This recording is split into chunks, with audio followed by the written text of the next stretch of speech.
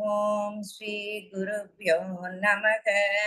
हरिः ओम। ओम नमो भगवते वासुदेवाय। ओम श्री कृष्णाय परब्रह्मणे नमः। अथ श्रीमन्नारायणीयम् अष्टमं दशकं प्रलयवर्णनं जगत्सृष्टिप्रकारवर्णनं च एवं तावत् प्राकृतप्रक्षयान्ते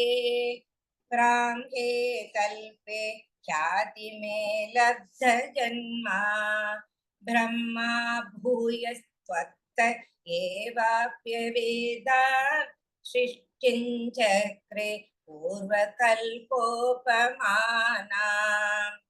सोऽयं चतुर्युगसहस्रमितान्यकानि तावन्मिताश्च बहुशो निनाय निद्रास्यसौ त्वयि निलीय समं स्वसृष्टैः नैमित्तिकप्रलयमाहुरतोऽस्य रात्रिम् अस्मादृशां पुनरहर्मुखत्यतुल्या सृष्टिं करोत्यनुदिनं स भवत्प्रसादात् प्राग्ब्रह्मकल्पजनुषाञ्च परायुषान्तु सूक्तप्रबोधन समास्ति तथापि सृष्टिः पञ्चाशदर्थमधुना स्वयोद्धरूपम् एकं परार्थमधिवृत्य हि वर्तते सौ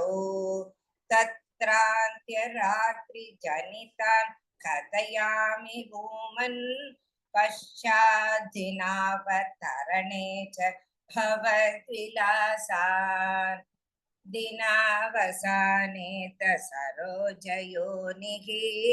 सुषुप्तिकामस्त्वयि सन्निलिल्ये जगन्ति च त्वज्जठरं समीयुः तदेतमे कार्णवमास विश्वम् तवैव वेशे पणिराजिशेषे जलैकशेषे भुवने स्मशेषे आनन्दसान्द्रानुभवस्वरूपाः स्वयोगनिद्रा परिमुद्रितात्मा कालाख्यशक्तिं प्रलयावसाने प्रबोधयेद्यादिशता किलादौ त्वया प्रसुप्तं परिसुप्तशक्तिः शक्त्युः व्रजेन तत्राखिल जीवधाम्ना चतुर्युगाणां च सहस्रमेवं त्वयि प्रसुप्ते पुनरद्वितीये कालाख्यशक्तिः प्रथमप्रबुद्धा प्राबोधयत्वां किल विश्वनाथ विभूत्य च त्वं जलगर्भशायिन् विलोक्य लोकानखिलान् प्रलीनान् तेष्वेव क्षूष्मात् मतयानि चान्तस्थितेषु विश्वेषु ददाथ दृष्टिम् ततस्त्वतीवतीया दयिनाभिरन्था उदञ्जितं किञ्चन दिव्यपद्मं निलीननिःशेषपथार्थमाला संक्षेपरूपं मुकुलायमानम् तदेतदम्भोरुगमलन्ते कलेवरातोय पथे प्ररूढं बहिर्निरीतं परितस्फुरद्भिः स्वधामभित्वान्तमलङ्घ्यकृन्तत् सम्फुल्लपत्रे नितरा विचित्रे तस्मिन् भवद्वीर्य धृते सरोजे सपद्मजन्मा विधिराविरासीत् स्वयं प्रबुद्धाखिल वेदराशिः अस्मिन् परात्मन् अनुपात्मकल्पे त्वमित्थमुत्थापित पद्मयोनिः अस्मिन् परात्मन् अनुपात्मकल्पे त्वमित्थमुत्थापितमत्मयोनिः आनन्दभूमा ममरोकराशिं निरुन्धिवातालयवास विष्णो इति श्रीमन्नारायणीये प्रलयवर्णनं जगत्सृष्टिप्रकारवर्णनं चेति अष्टमं दशकं समाप्तम् नारायणाखिलगुरो भगवन्नमस्ते नारायणाखिलगुरो भगवन्नमस्ते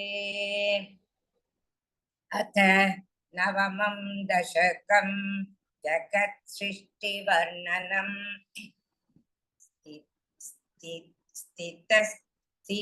स्थितितस्य कमलोद्भवस्तव हि नाभिपङ्गेरुहे कुतस्विदिदमम्बुधा उदितमित्यनालोकयन् ततीक्षणकुतूहलात् प्रदिदिदसौ विवृत्ताननः चतुर्वदनतामकात्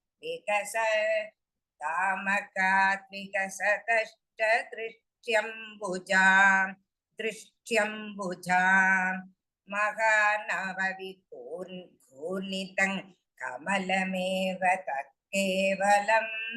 विलोक्य तदुपाश्रयन् तव तनुन्तु नालोकयन् क एष कमलोदरे महदि निस्सहायोह्यहं कुतस्विदिदमम्बुजं समजनीति चिन्तामता अमुष्य हि सरोरुह किमपि कारणं सम्भवे इति स्म कृतनिश्चय सकलु नालरन्ध्राध्वना स्वयोगबलविद्यया समवरूढवान् प्रौढधीः त्वदीयमतिमोहनन् न तु कले परं दृष्टवान् ततः सकलनालिका विवरमागतो मार्गयन् प्रयश्य शतपत्सरं किमपि नैव सन्दृष्टवान् निवृत्य कमलोधरे सुखनिषन्न एकाग्रधीः समाधिफलफलमादधे भवदनुग्रहैकाग्रही शतेन परिवत्सरे दृढसमाधि बन्धोलसत्प्रबोध विशदीकृतस्य खलु पद्मिनी सम्भवः अदृष्टचरमद्भुतं तव हि रूप मन्ददृशा व्यचश्च परितुष्टति जगभोग भागाश्रयम् किरीटमकुटोल्लस कटकहार केयूरयुग्मणिस्फुरित मेखलं सुपरिवीत पीताम्बरम् कलाय कुसुमप्रभं कलत लोलसत् कौस्तुभं वपुस्तदयि भावये कमलजन्मने दर्शितम् श्रुतिप्रकरदर्शितः प्रचुरवैभव श्रीपदे हरे जय जय प्रभो पदमुपैषि दिष्ट्यादृशोः कुरुष्व धियमाशु मे भुवन निर्मितो कर्मठा इति त्रिगुण वर्णित स्वगुणवं हि मा पाहि माम् लभस्व भुवनत्रयी रचनतक्षतामक्षता गृहाणमतनुग्रहं कुरु तपश्च भूयो विदे भवत्वखिल साधनी मयि च भक्तिरत्युत्कटेर्युदीर्य गिरमादत्ता मुदितचेतसौ वेदशम् शतं कृततपास्ततः खलु दिव्य संवत्सरान् अवाप्य शतभूबलं मतिबलं च पूर्वाधिकम् उदीक्ष्य किल कम्पितं वयसि पङ्कजौ वायुना भवत् बलविजृम्भितः भवनपातसी पीतवान् तवैव कृपया पुनः सरसिजेन तेनैव शग प्रकल्प्य भुवनत्रये प्रववृदे प्रजा निर्मितो तथाविध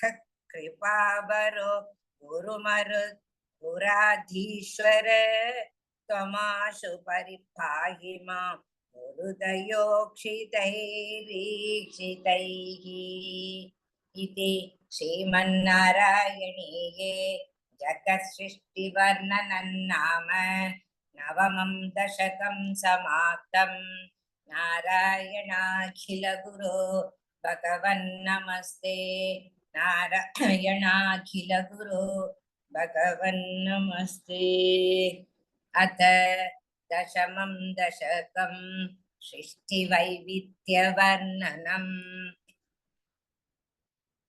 वैकुण्ठवर्तितफलोत्थभवत्प्रसादात् अम्भोजयोनिरसृज किल जीवदेहान् तास्नूनि भूरुगमयानि तथा तिरश्चा जातिं मनुष्य निबका अपि देव भेदान् मिथ्याग्रहास्मि मतिरागविकोपभीतिः अज्ञानवृत्तिमिति पञ्च वितांस सृष्ट्वा उद्दाम तामस पदार्थ विधानदु तूनः तेने त्वदीय चरणस्मरणौ विशुद्ध्यै तावत् सच्च मनसा सनकं सनन्दं भूयस्नातन मुनिञ्च सनत्कुमारं ते सृष्टिकर्मणि तु तेन नियुज्य मानागा त्वत्पादभक्तिरसिका जगृहूर्णवाणीं वाणीं तावत् प्रकोपमुदितं प्रविरुन्धतोऽस्य भ्रूमध्य तोजनिमृडो भवते गदेशग नामानि मे कुरु पथानि च काविरिञ्चेत् यातौ रुरोद किल तेन स रुद्रनामा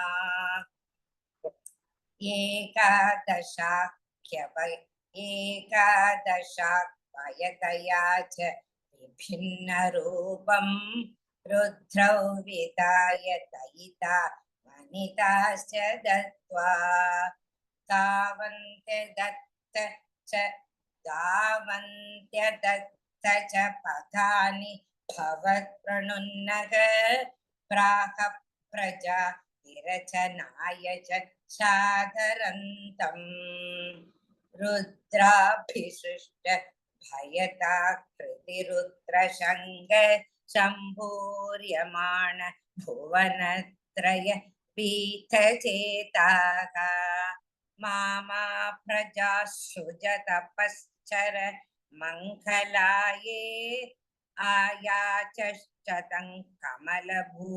भवतीरिदात्मा तस्याथ सर्ग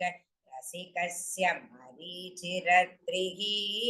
तत्राङ्किराक्रतुमुनिः पुलकः पुलस्त्यः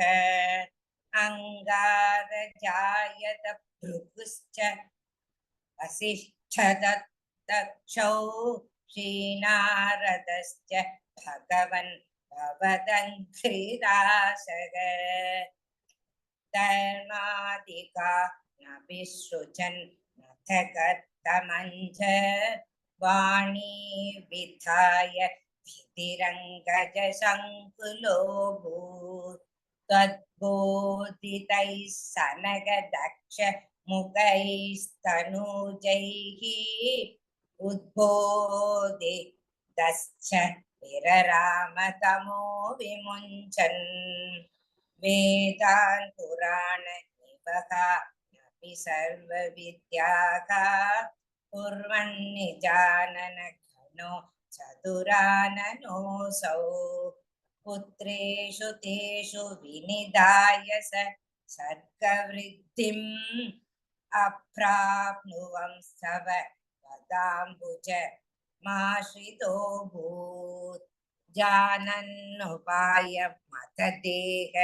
मचो विभज्य श्रीपुंसभावमभजन् मनुदद्वधूभ्यां ताभ्यां च मानुष कुलानि विवर्धयन् स्वं गोविन्दमारुतपुरेश निरन्थिरोगान् इति श्रीमन्नारायणीये सृष्टिवैविध्यवर्णनं नाम दशमं दशकं समाप्तम् नारायणाखिलगुरो भगवन्नमस्ते नारायणाखिलगुरो भगवन्नमस्ते अथ एकादशं दशकं सनकादीना वैकुण्ठ प्रवेशवर्णनं जय विजय शापवर्णनं हिरण्यकशिपु हिरण्याक्षो पत्तिवर्णनं च क्रमेण सर्गे परिवर्धमाने कदा विदिव्य सनकादयस्ते भवद्विलोकाय विकुण्डलोकं प्रपेदिरे मारुतमन्दिरेश मनोज्ञनैः श्रेयसकाननाद्यैः अनेकवापि मणिमन्दिरैश्च अनोपमन्दं भवतो निकेतं मुनीश्वरा प्रापुरतीतकक्ष्याः भवद्दिदृक्षु भवनौ विविक्षु द्वास्तौ जयस्तान् विजयोऽप्यरुन्धां तेषां च चित्ते हतमापकोपः सर्वं भवत्प्रेरणयैव भूमन् वैकुण्ठलोकानुचितप्रचेष्टौ कष्टौ युवान् दैत्यगतिं भजेतम् इति प्रशौतौ भवताश्रयौ तौ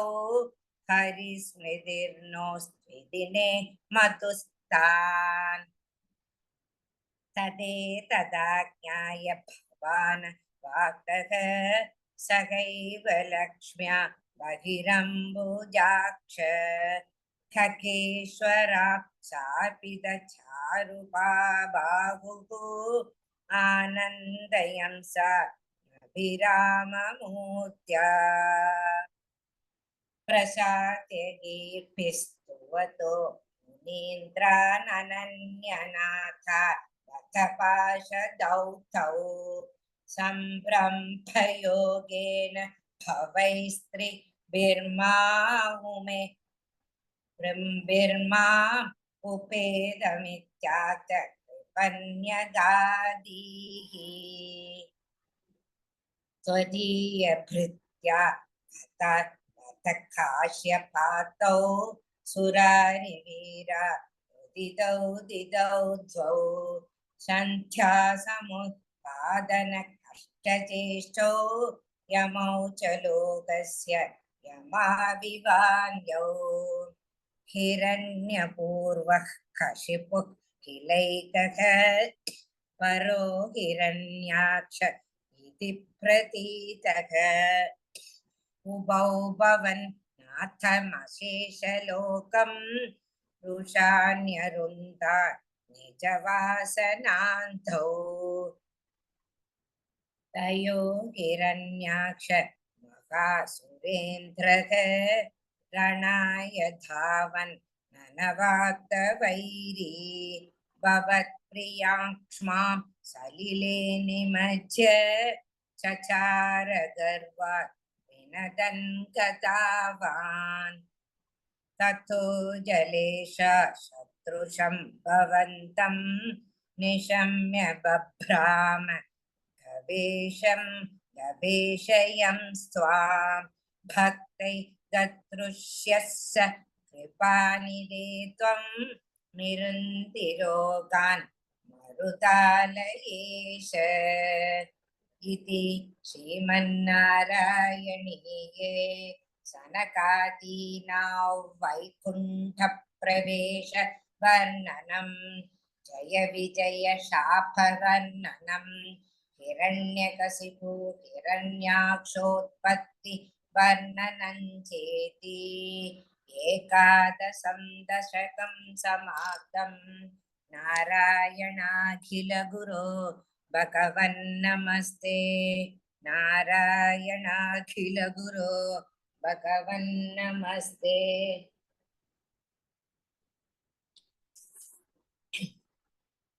अत द्वादशं दशकं वराहावतारवर्णनं भूम्युद्धरणवर्णनं च स्वायम्भुवो मनुरथो जनशर्गशीलः दृष्ट्वा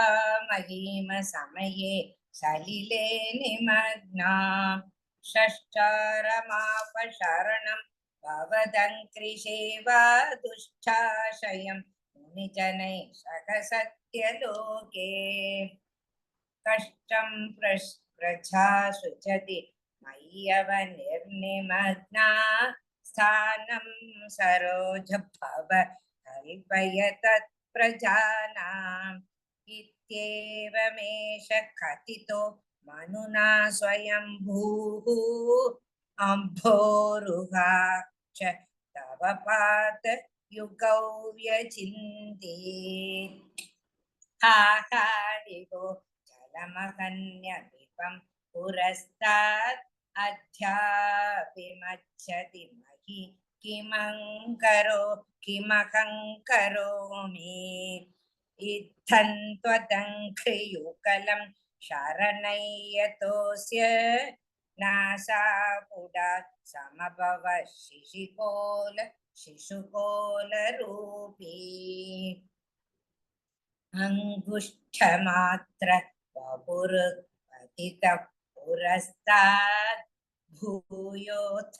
कुम्भिः शत्रुष समचुम्बतास्त्वम्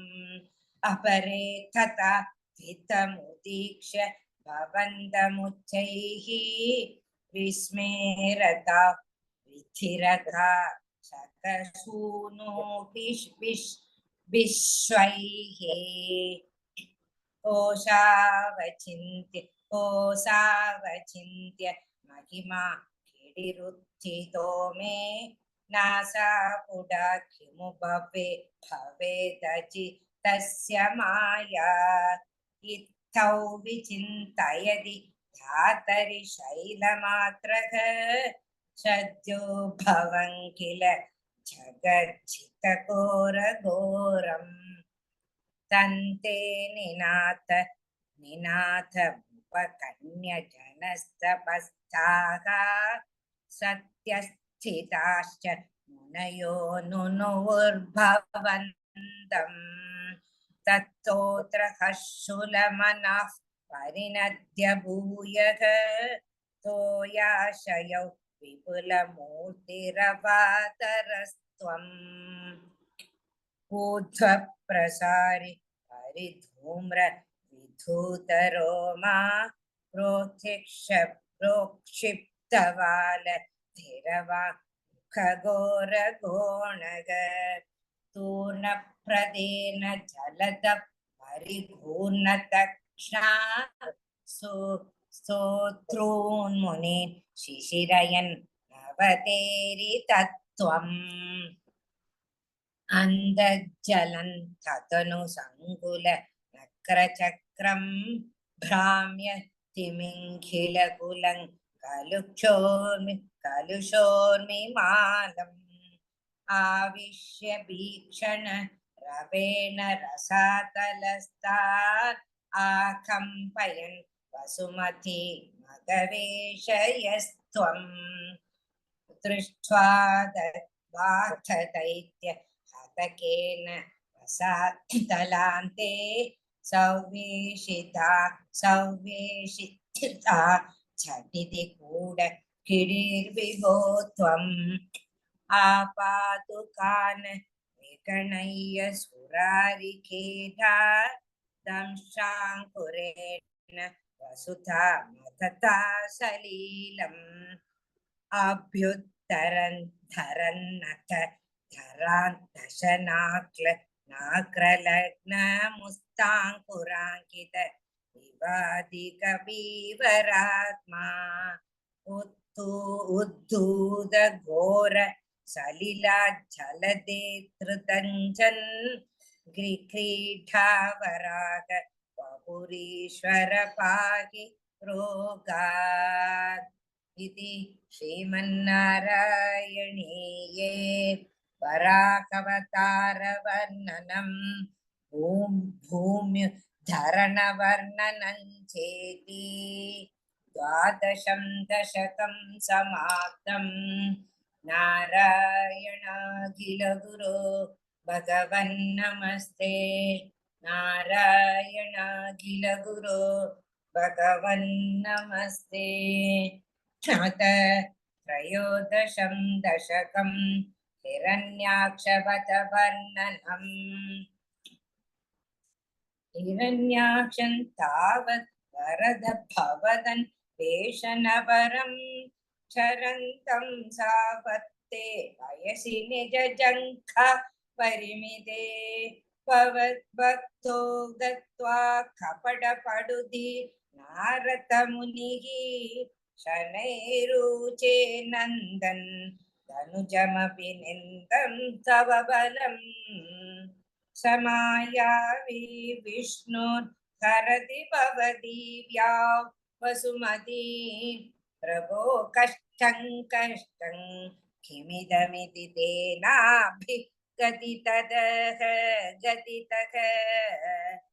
नदन् क्वासा विधिसमुनिना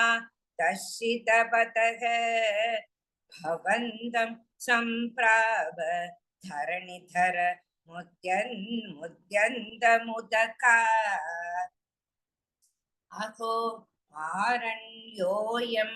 मृग इति हसन्दं बहुतरैः दुरुक्तैर्विद्यन्तन् दितिसुतमवज्ञाय भगवन् महीन् दृष्ट्वा दंशा शिरसि चकितां स्वेन महसा अयोधावाधाय प्रसभमुत युक्ता मृतविदौ गता पाणौ दैते तमभिः गृहीतोन्नतगतः नियुद्धेन क्रीडन् खडगडरवो कुष्ठवियता रणालो कौसुख्यान् मिलति सुरशङ्खे त्रुदममुं निरुन्त्या सन्ध्यात प्रथममिति धात्रा जगदिशे गतोन्मत्ते तस्मिन् तव खलु गताया तिथिभुवः गताघात भूमौ झटिति पतितायामः कभो मृदुस्मेरास्यस्त्वन् धनुजकुलनिर्मूलनचणं महाचक्रं स्मृत्वा खरभुवि तथा नो रुरुचिषे ततः शूलङ्काल प्रतिमरुषि दैते विसृजति त्वयि चिन्तत्येन करकलित चक्र प्रकरणा समारुष्टो मुष्ट्या सकलु विदितं स्वां समतनो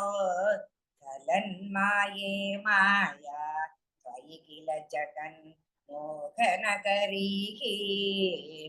भवच्छक्रज्योतिष्कणलवनिभा तेन विदुते ततो माया चक्रे विततगणरोषाब्धमनसं करिष्ठाभिर्मुष्टिः प्रकृतिभिरभिनन्दमसुरम् स्वपादाङ्कुष्ठेन श्रवणपदमूले निरवधिः महाकाय सोऽयं तव चरणपादः प्रमदितः कलक्रतो वक्रा तपददृशिभिः श्लाघितहतिः तथा त्वामुद्धामः प्रमदभर विद्योदिहृदयाः मुनीन्द्राशान्द्राभिः स्तुतिभिरनु वन्नध्वरतनुम् त्वचिच्छन्दो रोमस्त्वपि कुशगण चक्षुषिकृतं चतुर्होतारुघ्रौ शुकपि वदने चोदरयिषा ग्रहा जिह्वायान्ते परपुरुषकर्णे च समसागा विभो सोमो वीर्यौ वरदगलदेशेभ्युपशतः मुनीन्द्रै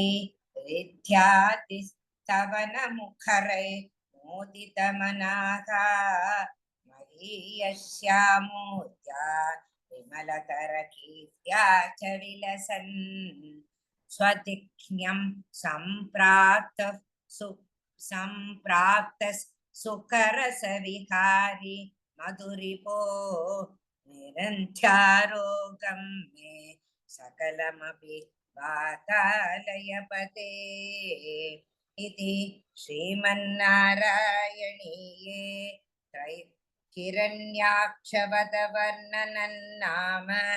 त्रयोदशं दशकं समाप्तं नारायणाखिलगुरो भगवन्नमस्ते नारायणाखिलगुरो भगवन्नमस्ते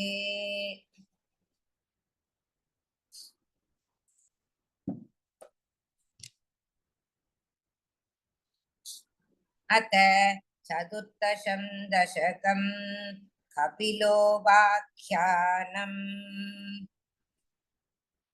समनुस्मृत तावकाङ्क्रियुग्मः समनुः पङ्कजसम्भवाङ्गजन्मा निजमन्तरमन्तराय हीनं चरितन्ते गतयन् सुकन्नियाय समये खलु तत्र गतमाज्ञः त्रिगिणिच्छाय भवस्तदीयवाचा धृतशर्करसो निशर्करम्यं भगवं स्वामयुतं समासिषेवे गरुडोपरि कालमेघकम्रं विलसत्केलि सरोज पाणिपद्मम् हसितोल्लसिताननौ विभो त्वं वपुरा गुरुषे स्म गत्तमाय सुवदे पुलकावृताय तस्मै मनुपुत्रीन्दितान्नवापि पुत्रीः कपिलञ्च सुतं स्वमेव कपिलञ्च सुतं स्वमेव पश्चात् स्वगतिं चापि नुगृह्य निर्गतो भूः समनुष्यत रूपया महिष्या गुणवत्या सुतया च देवहूत्या पवदीरित नारदो वदिष्ठः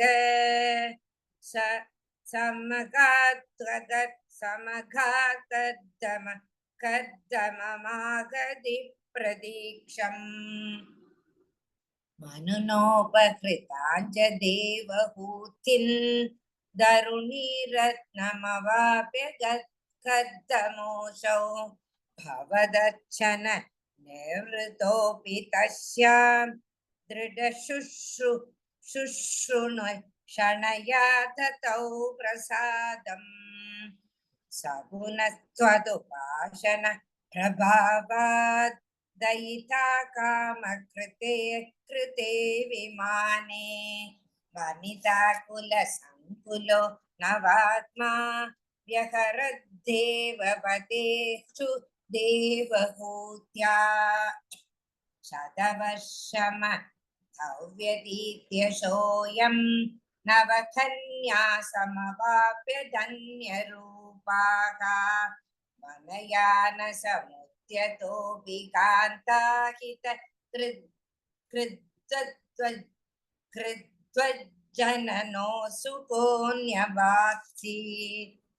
निजभर्तृगिरा भवन्निषेवा निरताय मद देवदेवहूत्या कपिलस्त्वमजायथा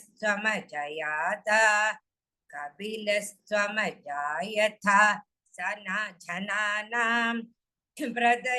प्रदयिष्यन् परमात्मतत्त्वविद्याम् वनमेयुषि कर्तमे प्रसन्ने मत सर्वस्वमुपाति जनन्यै कपिलात्मक वायु मन्दिरेश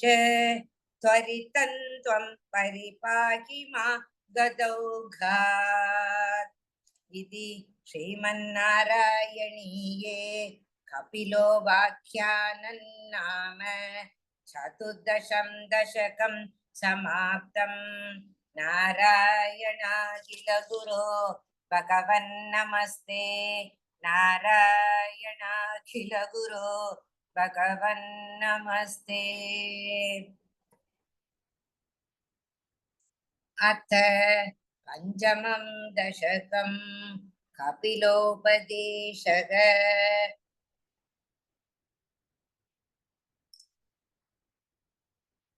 तिरिगुणसक्ता कन्दकृत्येष्वसक्ता अमृतकृदुपरुन्धे भक्तियोगस्तु शक्तिं महदनुगमलभ्या भक्तिरेवात्र साध्या कपिलतनुरुदित्वं देवहूत्यैन्यगादीः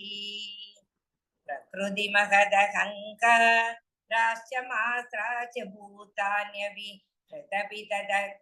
दक्षाक्षी पूरुषः पञ्चविंशः इति विदित विभागो मुच्यतेषौ प्रकृत्या कपिलतनुरुदित्वं देवहूत्यैन्यगादीः प्रकृतिगत गुणौगै नाच्यते पूरुषोऽयं यदि तु सचति तस्या तद्गुणास्तं भजेरन् मदनुभजन तत्त्वा लोचनैः साप्यपेया कपिलतनुरुदित्वं देवहूत्यै न गादेहि विमलमधिरुपातैरासनाद्यै मतङ्गम् गरुडसमधिरूढन् दिव्यभूषयुधाङ्कम् उचितुलिततमालं शीलये तानुवेलम् कपिलतनुरुदित्वन् देवहूत्यैन्य गातिः मम गुणगणलीला कर्णनैकेतनाद्यैः मयि सुरसरिधोकः प्रख्यचित्तानुवृत्तिः भवति परमभक्तिः साहि मृत्योर्विजेत्रे कपिलतनुरुदित्वन् देवहूत्येन गातिः अहह बहुलहिंसा सञ्चितार्थैः कुटुम्बम् प्रतिदिनमनुपुष्णन् श्रीजितो बाललाली विशदिः गृहसक्तो यातना मय्यभक्तः कपिलतनुरुदित्वन् देवहूत्यैन्यगातिः युवति चटरखिन्नो जातबोधोऽप्यकाण्डे प्रसवकलितबोधः पीडयो लङ्घ्य बाल्यम् पुनरपिबतमुह्य एव तारुण्यकाले कपिलतनुरुदित्वन् देवहूत्यैन गातिः पितृशुरगणयाजी धार्मिको यो गृहस्थः स च निपतति काले दक्षिणाधोपगामी महिनिहितमकामं कर्मदोदक्पथार्थम् कपिलतनुरुदित्वन् देवहूत्यैन गातिः इति सुविदितवेद्यान् देवहि देवहूतिं कृतनुदिमनुगृह्य तङ्गतो योगी शङ्खैः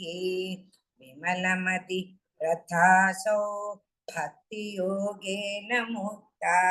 त्वमपि जानकि तार्थौ वर्तसे प्राकुतीच्या परम किमु भूत्या त्वत्पदा भोज भक्तिं सकलभयविनेत्रीं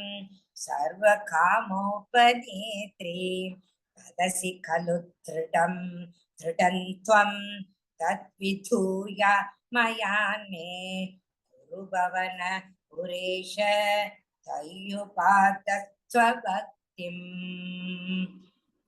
इति श्रीमन्नारायणीये कपिलोपदेशन्नाम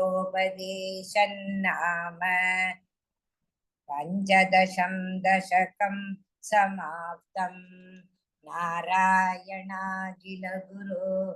भगवन्नमस्ते नारायणाखिलगुरो भगवन्नमस्ते।